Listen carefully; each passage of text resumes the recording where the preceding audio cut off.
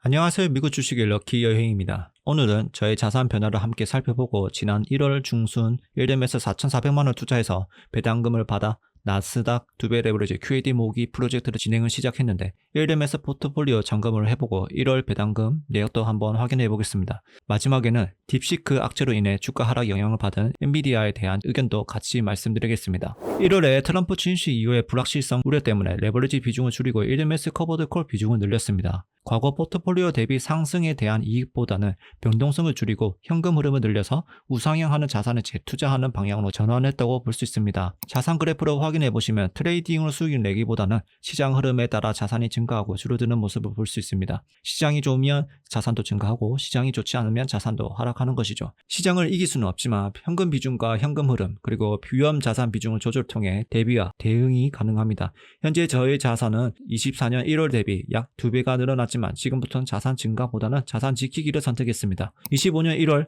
2월 차이를 보시면 자산은 크게 상승하지 않았지만 주식과 현금 비중 그리고 매수의 흐름을 확인할 수 있습니다. 여러분도 자산 그래프와 포트폴리오를 관리해보면서 내가 어떤 방향으로 투자하고 있는지 나의 포트폴리오에서 얻을 수 있는 기대값, 리스크를 이성적으로 판단할 수 있습니다. 꼭 한번 점검해 보시기 바랍니다. 다음은 1등 매수 투자 현황입니다. 처음에는 4,400만원을 매수했지만 비트코인 차트 분석으로 봤을 때 현재 저항선을 돌파하면 강한 상승이 나올 가능성이 높다고 판단하여 MACDY를 추가 매수했습니다. 하지만 역시 강한 저항선 구간이라서 쉽게 돌파하지 못하는 모습을 보이고 있습니다. 현재 1등 매수에서 받을 예상 분배금은 세전 200만원입니다. 그리고 투자 목표 금액은 6천만원에서 7천만원으로 조금 더 매수할 예정입니다. 추가 매수 기준은 기초자산의 가격 대비 가격이 저렴하면서 하락보다는 상승할 확률이 높을 경우에 조금씩 늘려갈 생각입니다. 단 그동안 받은 분배금은 추가 매수에 사용하지 않고 프로젝트 진행 전에 세웠던 원칙인 나스닥이 마이너스 10% 하락했을 때 QAD 매수를 합니다.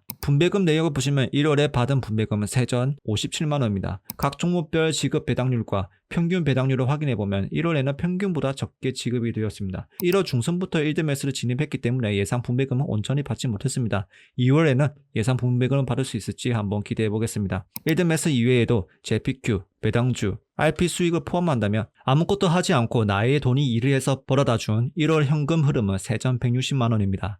자산 포트폴리오에 배당주를 추가하게 된다면 일시적으로 자산이 하락하더라도 안정감을 느낄 수밖에 없습니다. 이 안정감의 역할은 투자 시장에 오래 남을 수 있는 원동력이 됩니다. 이제 엔비디아에 대한 저의 관점을 얘기해 보겠습니다. 매수 매도 추천이 아니면 제가 생각하는 엔비디아 시나리오라고 생각하시면 되겠습니다. 먼저 차트부터 보겠습니다. 일본 차트입니다. 최근 1월 딥시크 영향으로 최고점 대비 24% 하락으로 단기적인 하락 추세를 이어가고 있습니다. 기술적으로 봤을 때 절반 정도 수준이 134달러를 회복한다면 행보 구간으로 갈 수 있지만 지표와 같이 확인해 본다면 매도세가 강해 상승보다는 하락 압력이 더 클 것으로 보입니다. 만약에 134달러를 돌파 실패하고 121선 터치한 후에 떨어진다면 최근에 떨어졌던 만큼 유사한 하락 흐름이 나타날 수 있습니다. 그렇게 된다면 지지선 24년 8월 저점이 99달러, 그 다음에 96달러입니다. 주봉 차트입니다. 21선이 깨진 상태이며 캔들 위치는 21선과 61선 사이에 있는 상황입니다. 61선 예상 위치 110달러가 중요한 지지선이라고 생각이 되고 만약 이것을 지켜낸다면 반등 기회가 올 가능성이 있으며 반대로 110달러를 이탈하고 일본 기준 99, 96달러 지지선마저 무너진다면 장기적인 관점에서도 본격적인 하락 추세로 접어들 가능성이 큽니다. 현재의 흐름상 단기 반등이 나오더라도 하방 압력이 강해서 지지선 확인하고 신중한 접근이 필요해 보입니다. 실적 흐름도 같이 확인해 보겠습니다. 엔비디아는 23년 2월부터 매출과 EPS 성장률이 급격하게 증가하면서 주가도 크게 상승했습니다. 기대감이 주가에 반영된 결과라고 볼 수 있습니다. 성장주 투자와 관련하여 개인적인 의견을 말씀드리자면 영원한 상승을 기대하기보다는 이성적인 접근이 필요하다고 생각합니다. 성장률이 높은 상태로 지속적으로 유지가 되기는 굉장히 어렵습니다. 만약에 성장률 둔화가 가시화된다면 기대감으로 고평가된 주식은 하방 압력이 커지게 됩니다. 따라서 기업 가치가 유지가 되면서 장기적으로 성장할 가능성이 있다고 판단이 된다면 단기적인 이슈는 저가 매수 기회로 활용되지만 반대로 성장 둔화가 예상된다면 비중 축소와 같은 대응이 필요합니다. 저는 엔비디아의 악재는 영업이익률 지속성을 보고 있습니다. 엔비디아 영업이익률은 제조업 기준으로 이례적인 높은 수준 70%입니다. 이는 업계에서도 보기 힘든 압도적인 수치로 현재 이익률을 유지할 수 있는가 중요한 관건입니다. 현재 높은 영업이익률에 대한 기대감도 주가에 반영된 상태이므로 향후 이 수치를 지속적으로 유지할 수 있는지 지켜봐야 합니다. PER 관점입니다. 엔비디아 PER은 100이 넘었던 적이 있지만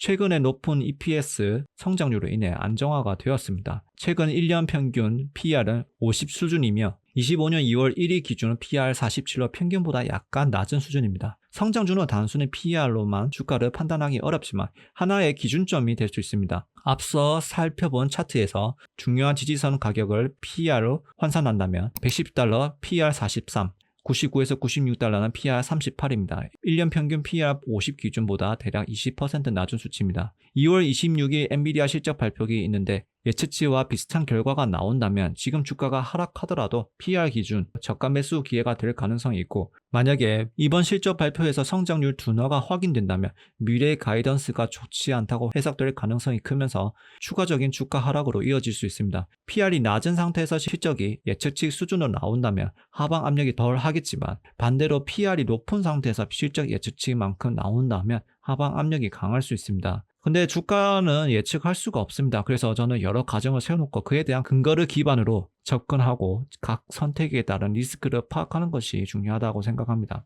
현재 ADMS NVDA를 선택한 이유도 앞으로 엔비디아 주가가 상승 여력이 있다고 판단해서 진입을 했지만 현재 계획과 다른 방향으로 움직이고 있습니다. 원칙상 엔비디아를 투자했다면 일부는 손절했겠지만 추가 매수로 대응할 계획입니다. 시나리오별 대응 전략으로는 딥시크 사태, 관세, AI 관련 정책 등 트럼프 정부 규제가 엔비디아에 큰 영향이 미칠 가능성이 있지만 여전히 엔비디아는 필요하다고 판단하기 때문에 단기적인 이슈 $110, $99 기준으로 온다면 엔비디아의 추가 매수로 대응할 계획을 가지고 있습니다. 현재 이슈가 장기적으로 영향을 미칠 가능성이 있다고 판단되고, 이로 인해 엔비디아 주가는 단기적으로는 상승의 힘이 과거보다는 약하다고 판단이 됩니다. 그리고 예상과 다르게 상승한다면 매수 매도 없이 보유합니다. 투자는 예측이 아니라 대비와 대응입니다. 현지 상황에서 앞으로 발생할 수 있는 리스크를 미리 확인하고 나에게 맞는 투자 전략을 세우는 것이 가장 중요합니다. 이번 영상도 시청해주셔서 감사합니다. 모두 미국 주식으로 럭키 여행이 되시길 바랍니다.